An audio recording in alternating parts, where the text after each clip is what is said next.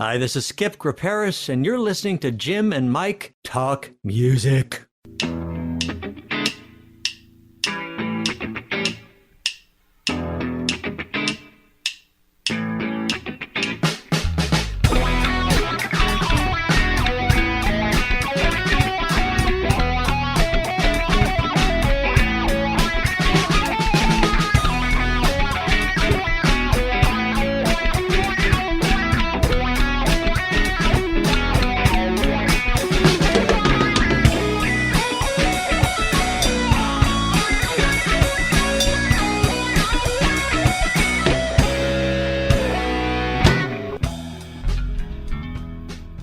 Today we have a special guest. He's a musician, actor, impressionist, and comedian. He's toured with Olivia Newton John and appeared in both Major League 1 and 2. In his show Heroes of Rock, he performs over 75 different musical impersonations. Let's all welcome to Jim and Mike Talk Music, Mr. Skip Griparis. Oh, applause. Yes, yes. Thank you. Yeah, studio live before a studio audience. I'm kidding. Woohoo. Are you you're in Chicago? You live in Chicago? Yes, Chicago suburb, Southwest. Okay. Been in the Chicago area most of my life. Okay. Yeah. Hey, so jumping into music, what's some of your earliest memories of music? All the way back now, start at the beginning. Yeah, as far as single hits or whatever, it would probably be How High the Moon, 1951, Les Paul and Mary Ford. Okay. Mm-hmm. That I was 3. And that kind of registered with me. I've always been a Les Paul Mary Ford fan. I grew up listening to my Uncle Gus owned a music store in Villa Park, Illinois. So he used to give us records and kids' records at the time. So I'd listen to all kinds of stuff that he got. Sleeping Beauty, Tchaikovsky, Peter and the Wolf, Prokofiev, stuff like that. My mom played piano around the house. She played classical piano. So that would be an early influence too.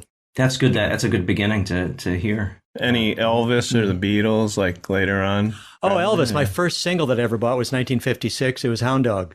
Okay. Yeah. That was the first record that I ever bought. Did you dance around to it? Were you young enough to, I've never been a big dancer. People that have seen me dance are rather happy about that. Let's hear him sing. Yeah. Gotcha. Do you remember the first album? I assume you collected albums when you were maybe a teenager. Must have, yeah. But do you remember the first one? One of my very first was a Ricky Nelson album around 1960, 61, 62, somewhere in there. Ventures, the guitar instrumental group, which were big at that time, was one of my first albums. And I think an Elvis, the first Elvis Greatest Hits album. Yeah. So, Skip, you started off on the piano. I saw on another interview. Tell us how you progressed with that and other instruments. Well, my mom started teaching me piano when I was 5, and that sort of gave me a foundation for other things. And by the time I was 13, I got talked into studying the saxophone by a family who was a high school band director. So I started with the alto sax, then went to tenor sax. And I was a singer. I ultimately knew that sax wasn't going to work because I couldn't sing at the same time. Right. So I went crazy and bought a $6 ukulele to try out a stringed instrument to see if, and I said, this feels pretty good. So then I got probably a $50 no-name acoustic from my uncle and started, and then got an electric guitar, which was a Gretsch. It had one pickup. It had a Candy pickguard. And by 64, I was playing in my first band, the Aristocats. Aristocats. which Disney later made a movie about that. Of course, I didn't get any residuals or anything for that, but we were first. So lots of bands until 1970, finally an album of our own, group Trilogy. We're on Mercury Records. Really great album. Mercury kind of slept on promoting it, and so it went nowhere, and there was discourse in the band. We broke up. About what year was that? And then I wound up joining, what's that? 1970, right, you said? Right. And then I joined a Chicago group called the New Colony Six, who had a couple hit records in the late 60s. I was joined them in the kind of declining years. The last 2 years, I wrote and sang the group's final 2 singles. That was 72 to 74. Correct. Then I started working solo, and I got a call. Then I get a call from Bernie Pershey, who was the drummer Trilogy, and wanted to know if I'd like to join a touring band and play guitar, sing some. Bernie, I just quit a band. I'm not. It's Olivia Newton John band. Yeah. Yeah. So I learned all the songs and memorized them and sprained a finger doing it. Yeah. Mm-hmm. And March 1975, I'm on stage playing a show with Olivia. Wow. That went on for 4 years. Were you lead guitar, or you were one of other guitarists? I played high-strung Nashville tuning acoustic guitar. And if you guys aren't guitarists, it's a 6-string guitar, but the lower 4 strings are an octave higher. Okay. Mm-hmm. It's kind of like half of a 12-string. So John Farrell, who is Olivia's guitar player and producer and main songwriter, played those in a lot of her hits in the 1970s. So he needs someone to play those in the live gigs. So he would teach me the precise parts, and I would just recreate them on stage. Did you ever play a guitar like that before? Or you had to learn? No. Yeah, and it no difference in how you play it. Mm-hmm. The difference is in how it sounded. It felt a little different because the strings were a different gauge than you're used to, different thickness. Right. But other than that, pretty much played like I play a normal guitar. 4 years is a long time to be doing that tour and touring with her. So how did that go for you? Were there some ups and downs, or how'd it go? Mostly ups. Olivia was wonderful. So great to work for. We got along great. And I did a good job for her, I played the songs precisely. And, and I also did some background vocals. When I first started with the band, I started singing some of the girls' parts, harmonies with her. And then by the end of the first year, they got 3 girl singers to do that. And then I switched over to singing the bass part on her country hits. Let me be there in your morning, and so on. Yeah. I was going to ask about that earlier, about your voice. So I was wondering about the strength of your voice. You discovered, along with the guitar, that you could have a strong voice, and people enjoyed that too. Were you able to grow in your confidence with your voice as well during that tour? Yeah, well, I guess I grew a little bit, but it had already grown quite a bit, late 60s, early 70s. My range expanded. I realized that I had a very strong falsetto and could use that to my advantage. And so essentially I'm a baritone with a strong falsetto.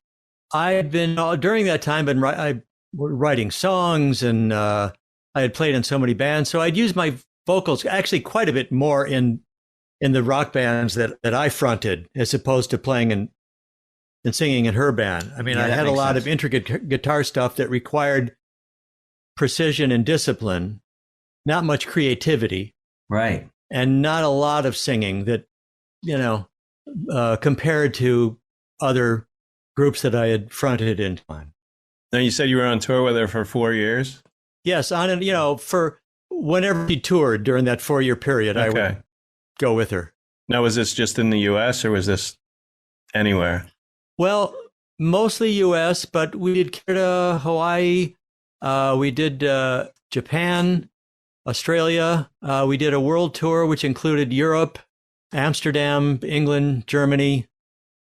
Wow, that's Sweden. A lot of places. Yeah, I know. I'm leaving some out, but we were supposed to play Paris, and I guess ticket sales were down, so they canceled the show, which is a shame because I wanted to go there. So I've been to Japan twice with her. I think the first time maybe 3 weeks, the second maybe 2. And we played all over, and mostly I think we stayed in Tokyo in these tiny little hotel rooms. I bet. And then take a bullet train from there to the smaller town that we'd play, and then come back, the same night and so on. Were there some advantages of being, with the in crowd, with the popular people, but yet people not recognizing your face and name? Yeah, I wasn't the front person. On the programs and stuff that she would sell, that my name would be there, and there might be a picture that included me, but they weren't there to see me. She was the star. Yeah. So kind of sometimes I'd get a special spotlight when I'd sing or something, but really she was the show, and we were there to accompany her. Final gig that I recall was at the Metropolitan Opera House in New York City. That was at the end of the world tour. And after that show, and we worked with a big orchestra there and everything, which is cool. She came up to me and she said, don't wait around. I'm not going to go on tour for a while. Well, okay. And as it turns out, she didn't go back on the road for another 4 years. In the meantime, I went to school, got a degree in speech and theater, and used what I learned there in addition to my musical ability and put together a comic rock impressionist act, which I wound up headlining comedy clubs all over the country. Yeah. I didn't see that coming. It just kind of happened. You went where your skills were led you. People liked it so much. They liked it so much. I thought, okay, well, I guess this is what, who said life is what happens when you're making other plans or something? It's like that had not been ever a goal of mine to work in stand-up rooms, but it happened. And that was the Heroes of Rock? No. This was before that? No, just comic impressions. The Heroes of Rock came much later. Okay. Those shows came much later. Okay. I've been doing the Heroes of Rock shows for about 7 years. At some point, I started feeling like, this show is getting a little tired. My cousin, John, who fronts a hip-hop tribute band called Two White Crew, That's good. Suggested that you should do a history show. And I thought about it a couple of years and finally said, I need something new. Let's try that. So my first show was the 50s and 60s. I started in the late 40s with, what was I starting with? Either Muddy Waters or T-Bone Walker. I forget exactly. And then through the 50s, through all the different phases, rockabilly and whatever, through the 60s, ending with Woodstock in 1969. I did it for a while. I thought, I probably should diversify even further. So I created a 1970s Heroes of Rock show, so 7 through 79. And I do my shows in, chronological order and some backstories and personal anecdotes. Like when I do the 70s show, I talk about anecdotes with my time in Olivia's band, because that was in the 70s and so on. Right. I do an all Beatles music show. Skip Griparis meets the Beatles. I do Elvis, Buddy, Ricky and Roy, the Rockabilly Heroes. Still doing my old comic impression act. And the new one that I'm working on that's going to be very popular in my area is the Illinois Heroes of Rock. Oh, okay. Great. So the artists that either lived here or did all their recording in Chicago, Illinois, whatever, beginning with Nat King Cole in 1940 Route 66. Yeah. The Bobby Troop song. And through everybody, I think the most recent one that I'm working on is Fall Out Boy. Okay. And is it just Chicago or Illinois? No, anything in the state, but most of it has been Chicago. Because there's a bit one of my favorite bands is from Rockford. Cheap Trick from Rockford. Right. Yeah. Right. Who else is from REO Speedwagon is from what is it, Champaign? I forget. Okay. Illinois. So there are artists that are not from Chicago, but most have been in the Chicago area. So with Heroes of Rock, people are getting entertained as well as that education. They can't help but be educated along the way. All different ages, I'm sure, can gain from that. Yeah. Exactly. And that was one of the reasons I did it, that anybody can come watch it and not feel left out. The problem with my comic impressions act, where I was doing satirical impressions, is that if you didn't know the people I was doing, the comedy would make no sense. Right. If I'm playing to a 20-year-old who doesn't know much about Paul McCartney and I'm doing the satire is just going to go, right by him. But with these history shows, the audience doesn't have to have working knowledge of anything, because I explain everything and identify everybody, through. So I think it opens it up to a wider audience. And you don't want to tell people beforehand who you're impersonating. I noticed on Saturday Night Live, they have this thing where they say the person's name. If a person comes into the room, well, well, hello there. There's no surprise. No, So you know what impersonation they're doing. Yeah. That way, if it's bad, like political people. Yeah. Oh, okay. Mostly. Yeah, I'm not sure the point you're making. I know there's one there. Well, when you say you're doing the other than the musicians, you said the younger people may not. Were you talking about the musicians? Yeah. That younger people wouldn't know who they were. Or if I do, Al Pacino or Sammy Davis Jr. or something, young kids don't all know who they are. Yeah, yeah. So you can't do a satirical impression. Mm-hmm.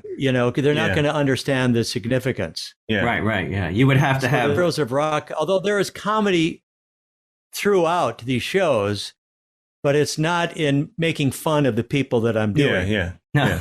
It's embellishing the presentation. Now, do you feel up to it for our listeners, do a little medley for us? Yeah, I'm not sure. I don't have what kind of medley are you looking for exactly? Could you just be specific and tell me what you'd like to hear? Yeah, maybe like a little Bob Dylan, Beatles, little snippets of a couple different songs. Sounds like that would be mid-'60s era. Late 60s. But,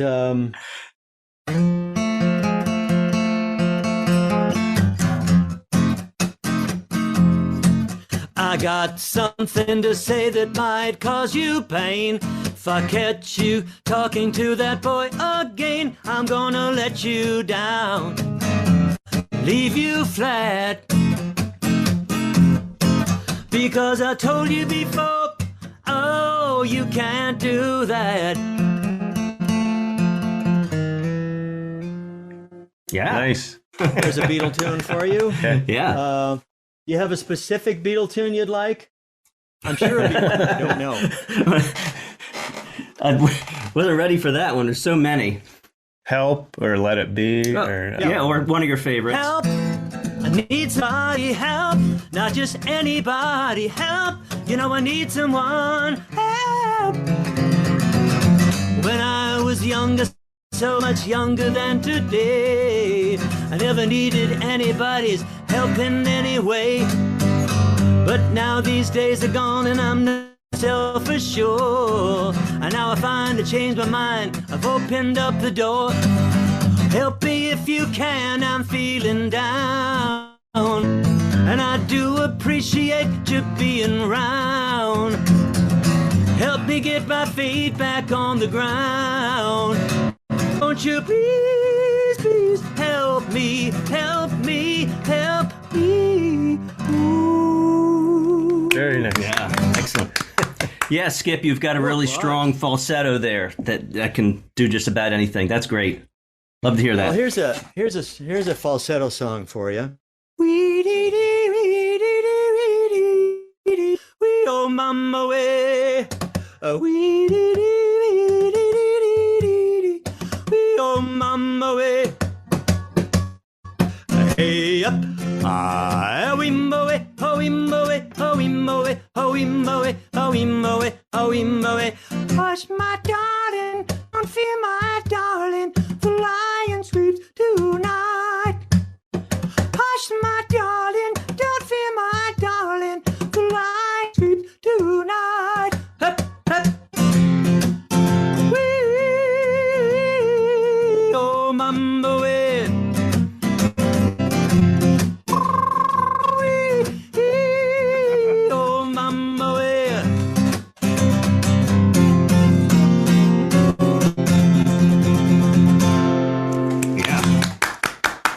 All right, I got a question for you there. When people make requests, is there any songs that people might request but you don't really enjoy doing, or you don't really like the song? I mean, maybe that's not possible, but anything like that? Anything strange like that? Generally, if I know, I will do them. Yeah. Although my shows are pre-written, unless I'm playing a private party or something where I tell, if you guys would like to hear anything special, let me know. Yeah. But for example, my Heroes of Rock shows, even my Beatles shows, are all very precisely planned. Mm-hmm. All the dialogue down to the syllable is all prepared. Yeah. So there's really no room for requests in the middle of the shows. I've spent days and weeks finding the best sequence of songs with dialogue and bits and all that kind of stuff. So not a lot of opportunity for requests in my shows. Yeah. But if, in this distance here, I just thought, if you guys had something particular you wanted to hear, it doesn't have to be Beatles. What else? I know. So you had mentioned this earlier. How about this? Pretty woman walking down the street. Pretty woman, the kind I like to meet. Pretty woman, I don't believe you. You're not the truth. No one could look as good as you. Mercy. Oh, pretty woman. Very nice. That's good. That's good. I wanted to ask you about the two movies you were in. Yes, so Major League and Major League 2. Yes. How did you get the role of Monty? Was there an open audition? Not an open audition. The first Major League was filmed in Milwaukee. At Old Brewer Stadium, which doesn't exist anymore. Now, of course, it's the story of the Cleveland Indians, but the Cleveland Stadium was not available, scheduling conflicts. So they figured this Old County Stadium was close enough, at least for interior shot. So they came to Chicago to cast, some of the performers in the show. And so I auditioned at, I think it was Jane Alderman Casting. And most of my audition was actually for a ball player from the opposing team. Okay. I was at bat. I think I was being heckled by the catcher or something, as I recall. And then I'm on my way, and they said, bring a bat, bring a ball and gloves so we know you can actually play baseball, which I could. I wouldn't be so good at today, but back then, certainly. And then I'm way out to read for Color Man. So I had one line. It's, I don't know, are you guys worried about profanity or anything on this? No. Should I keep it clean? No, you can do whatever you want. Okay, the original line was, you can't say fucking on the air. Harry Doyle character says, is that all we got? One hit, one fucking hit. And then my character goes, you can't say fucking on the air. And they laughed, and they said, thank you. And I didn't hear anything for 2 weeks. I thought, well, I blew another one. They called and said, you're Color Man. By the time that line made it to the movie, it was changed to, you can't say goddamn on the air. I think Bob was not comfortable. I think he was doing beer commercials at the time and a little concerned about, there might be a conflict. So cleaned it up a bit. Yeah.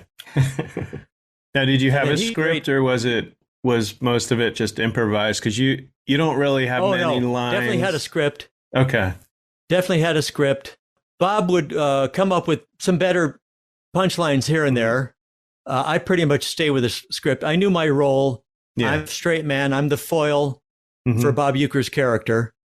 Don't try to upstage him. Yeah. Just play the exact opposite of his character. Don't get in his way. And that made for great chemistry, and it worked out great. Bob was wonderful to work with. The first one in particular was really enjoyable. We'd have some downtime, and we'd hang out in an empty booth, the stadium, and he'd relate baseball anecdotes to me. Bob, the man who has the greatest, funniest anecdotes, and one-on-one, he's telling me that. I mean, I thought, I died and gone to heaven. And we filmed in June in Milwaukee. It was gorgeous. Nobody knew that the movie was going to be a hit. Yeah. It seemed funny. The script was funny, but you don't know, you never know any of that when you're making it, for sure. I talked to, at the time, Tom Berenger in the lounge at the hotel, and he was having reservations about the whole thing. I don't think he and the director were clicking at the beginning. They eventually, worked it out.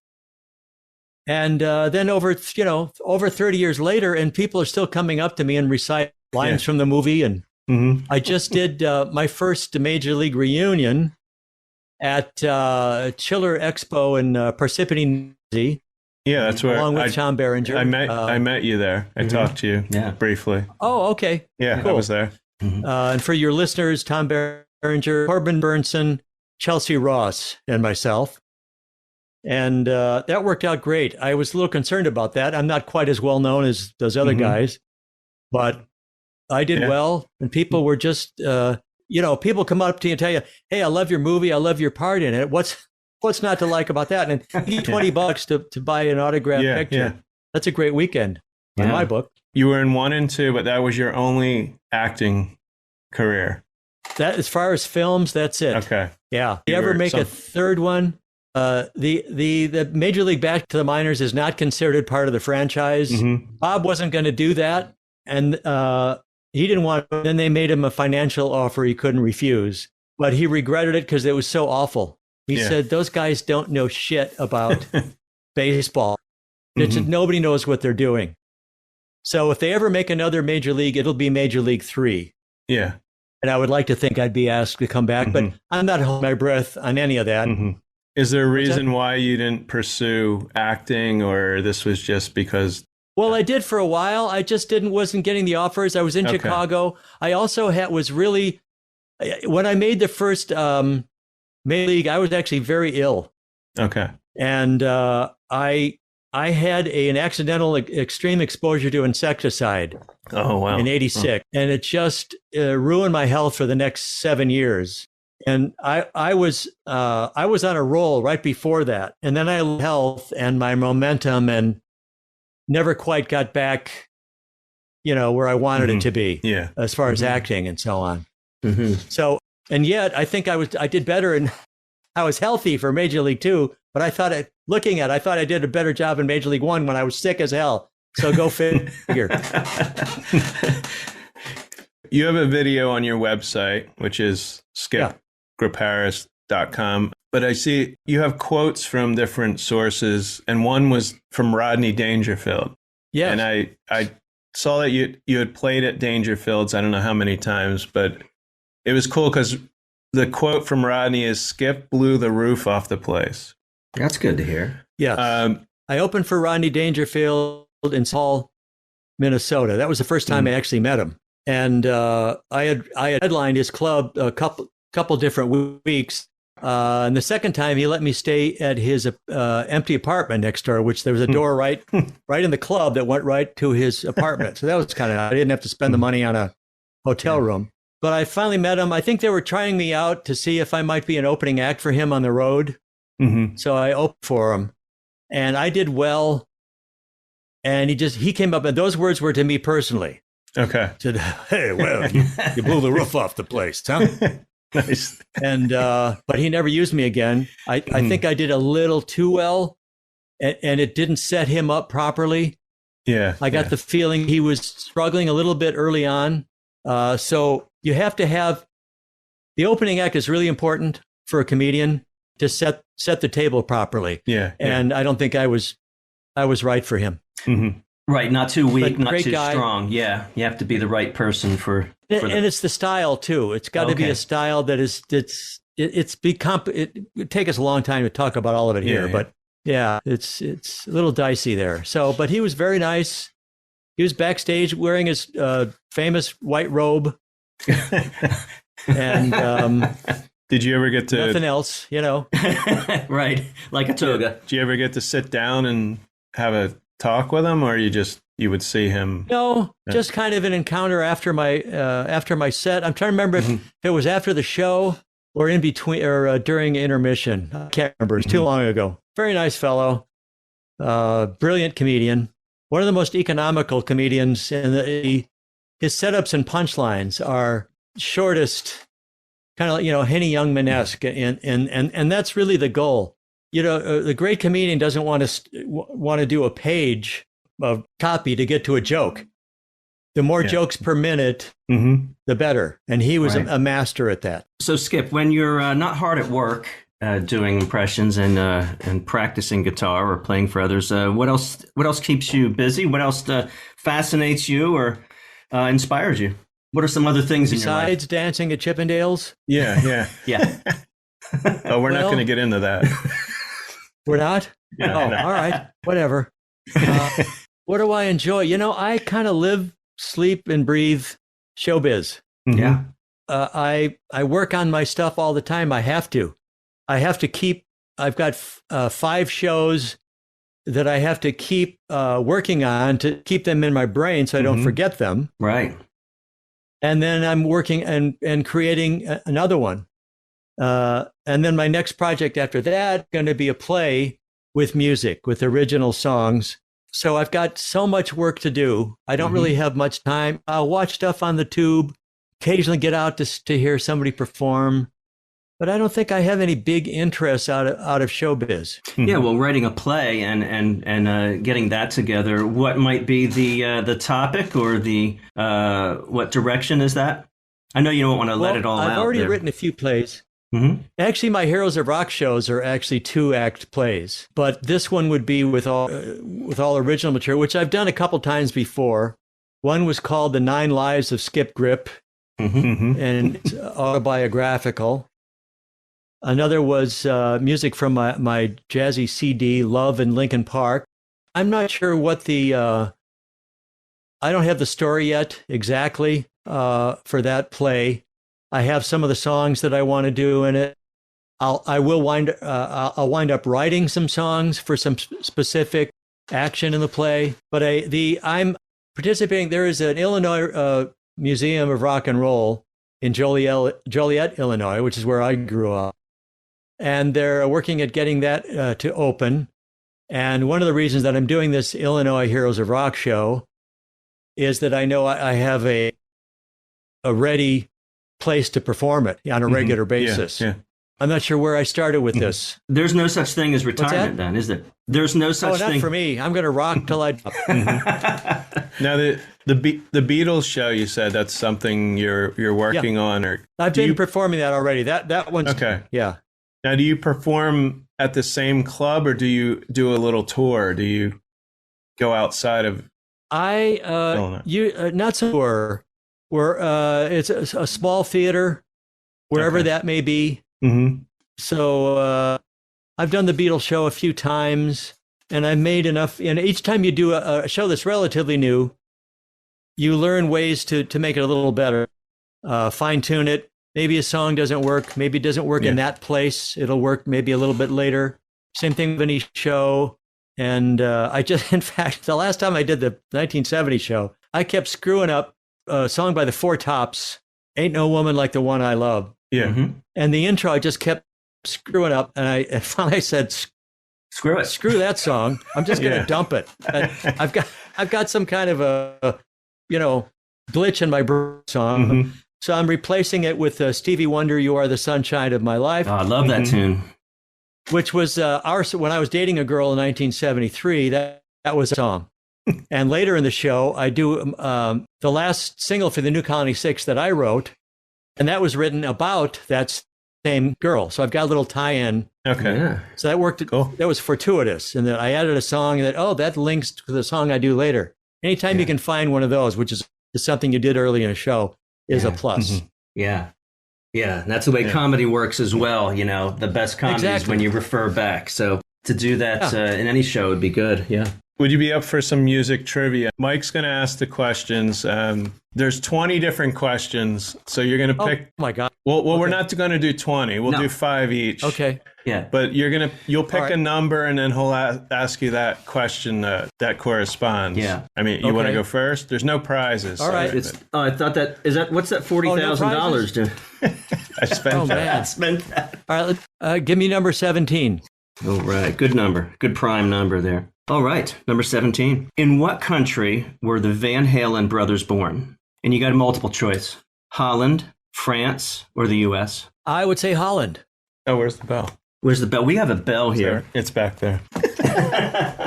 You got to get the bell if you get it right. Well, we also need the answers in order to get it right. Oh, wait, we don't know. Mike doesn't know if that's right or not. All right. What was your answer there? So you don't have the answers written down? No, they're here. Couldn't find it. We didn't have the bell. We have the bell now, and we have the answers. He said Holland. Yes, Holland. Yes, that is correct. Van Halen. Okay. All right. One skipper. One for the skip. Number 5. All right, 5. All right, Jim. You got an Elton John question. Come on. I know this one before I asked it. For whom was Elton John's Candle in the Wind an ode? Jane Mansfield, Natalie Wood or Marilyn Monroe? Marilyn Monroe. Yeah. Okay, 1-1. All right. Tied. Yeah, he gets the easiest question ever. So that's why we know they're random here because I'm watching. Go ahead. Now, are Skip. you going to do one, or do I do the next? Oh one? no, this is Skip against Jim here. Yeah. Oh, okay. All right. Number 5. Oh, that was I just picked. Yeah, that number was 5. 5. Oh, that's the one you had. Number 8. Number 8. All right. What Boston single topped the U.S. charts for 2 weeks? Was it A, Amanda, B, Don't Look Back, or C, More Than a Feeling? I would say More Than a Feeling. Oh no, I'm sorry. That's my. I don't have a buzzer. What was it? What was it? So I'm gonna. Answer? Yeah, instead of giving the answer, I'm gonna hand it over to Jim to try and answer. Oh, I was going to say More Than a Feeling. Oh, okay. It's Amanda. Amanda. Wow. I vaguely Okay. remember that song. Oh yeah. Rock ballad, love rock ballad. Okay, Jim, give me a number. I don't remember it at all by the title. Yeah, if I could sing. Number 7. 7. What was the name of the album in which John Lennon and Yoko Ono posed nude for the cover? Sometime in New York City, Live Peace in Toronto, Two Virgins. Two Virgins. Okay. Glad that I did not get that question. Would you have gotten that one, Skip? You know anything about that one? I would have guessed Two Virgins. Oh, Yeah, the other ones. So I guess I would have. Right. Yeah, I would have gotten it right. yeah. All right, a number. All right, 13. All right, I think Jim's keeping score here. No, I'm kidding. I am. He's looking for that 40,000 that's supposed to be prize money. 15. For what word is the name Devo a shortened form? Devour, development, or de-evolution? De-evolution. You got I it. knew that. Yeah, that's the one I knew finally. I guess once you hit the 80s, I'll know it. All right, how many we each got? I'm on my third. You're on your question. third. Okay, Yeah. all right. Hope it's not too loud. I got to flip back and forth here to get the answers, except for de-evolution. Number 12. 12. Which flaming concert provided the spark for Deep Purple's 1973 hit "Smoke on the Water"?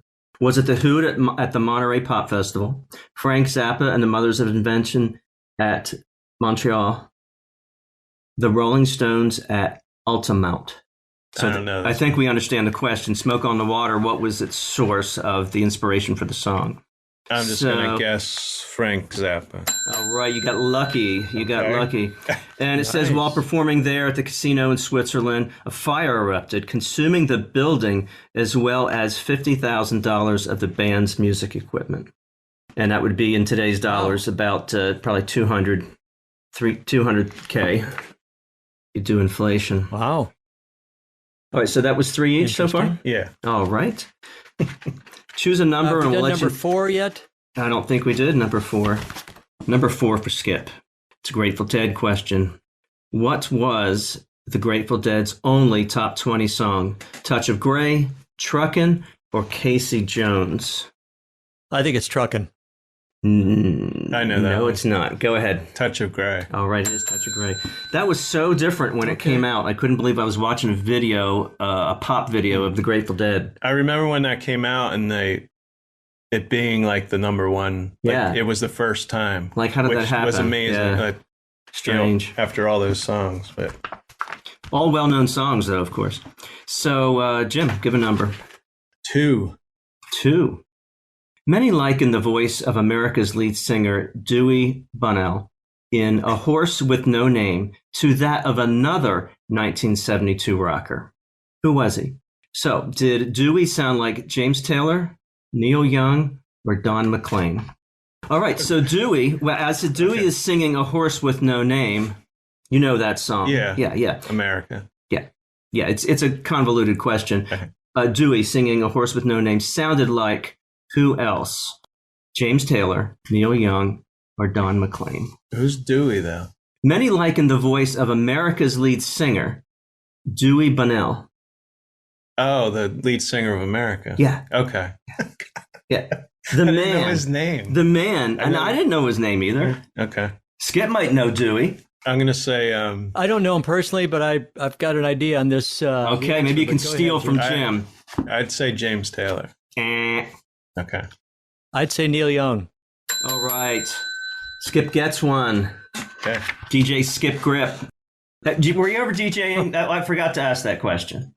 DJing is like at a party or something? Yeah, it's like college radio? Maybe even college radio, I don't know. No, actually, I worked, when I was 16 or 17, I worked on a radio station in Joliet, WJRC, Sunday mornings, where I kind of I opened this station in the morning and engineered some shows. I played some what they used to call middle of the road music for, relaxing Sunday morning music. And then I would engineer for other people's shows. Yeah. Most notably Captain Zarfus of the Salvation Army. Don't know him. We would need to be local to know that, probably. Captain Zarfus would, on the air, he'd be, and his eyes would be closed, and we welcome you, and we come down to the mission, and we welcome your help. And then as soon as he's off the air, you played the damn wrong record. It's like soup. What was it? Casey Kasem. Yeah. Casey Kasem off the air. Oh. With, Oh, yeah. Yeah. This is Casey Kasem. That's pretty good, actually. So is it my turn to pick a number? I can't remember. This is the last question. So last question. We got one more for each of you. Is that what we're saying? Okay. 19. All right, all the way to 19 here. Which famous 70s guitarist produced and later played for the Edgar Winter Group? So 70s guitarist Edgar Winter. Rick Derringer, Steve Winwood, or Randy Bachman? Rick Derringer. You got it. I would not have gotten that one. I was going to say Bachman. Bachman. Okay. That's all not right, his last real question. name either. What's that? By the way, Rick Derringer, it's really, I think, Zeringer or something, and he changed it once the McCoys hit to Derringer. Yeah. It's really Zeringer, I believe. And the Z is by pretty the way, cool. he was the lead singer for the McCoys, Hang On Sloopy. Yeah. Okay. You guys know that song, right? Yeah. Yep. He didn't play the solo on that record. Most people think he did. That record was originally done by a group called the Strangeloves, which was a New York studio band who had a hit with I Like Candy. And so they recorded this Hang On Sloopy. No, that was I Want Candy. They recorded Hang On Sloopy, and they didn't like the vocals so much, and they heard the McCoys play somewhere. So the McCoys came in, just replaced the vocals. Right. Didn't change the band track. So that is not... Wow. That's not Rick Derringer playing the solo on Hang On Sloopy. Little trivia for people that remember that far back. Yeah. Where are we at now? My last question. Oh, okay. Yeah. That's right. This is the final question. I'll say 20. Okay. So you're going to the end here. I got to find where I'm at here. Okay. So 20. What professional sport did Rod Stewart seriously pursue, though his talents in music proved greater? Golf, tennis, or soccer? That is a tough one. I think I know this one. Go for it. I think it's soccer. You got it. Because he's known to throw soccer balls to the crowd. So if we ever find that 40K somewhere in the studio, what do you got for a score then? I had 4 and Skip had 3. So it's a close one. Yeah, it was close. So you get the big prize? If we can find it, I think it's. Yeah. I think I spent it already, so that'll work out. It's good talking to you, Skip, and our listeners. They can go to skipgriparis.com. Keep up to date on your upcoming shows. You got a couple CDs on there. I see you have some photos that you'll autograph. That's right. And I think you also have the trilogy CD in there, too. I do. Mm-hmm. And so thank you very much. Great talking to you guys today. Have a wonderful weekend. Yeah. You too. Thank you, Skip. It was great to meet you. Bye. Same here. Thank you. Bye-bye. Bye. Today's interview was recorded on Zoom and at Did You Say 7 Studios in Washington, New Jersey. Go to the YouTube channel for exclusive video content.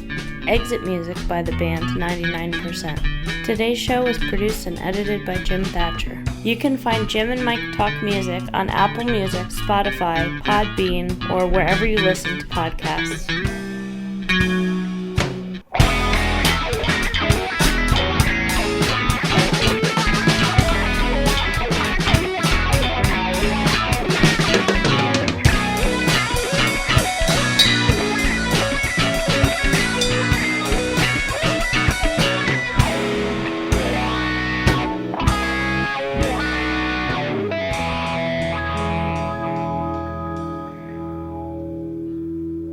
Good night, everybody.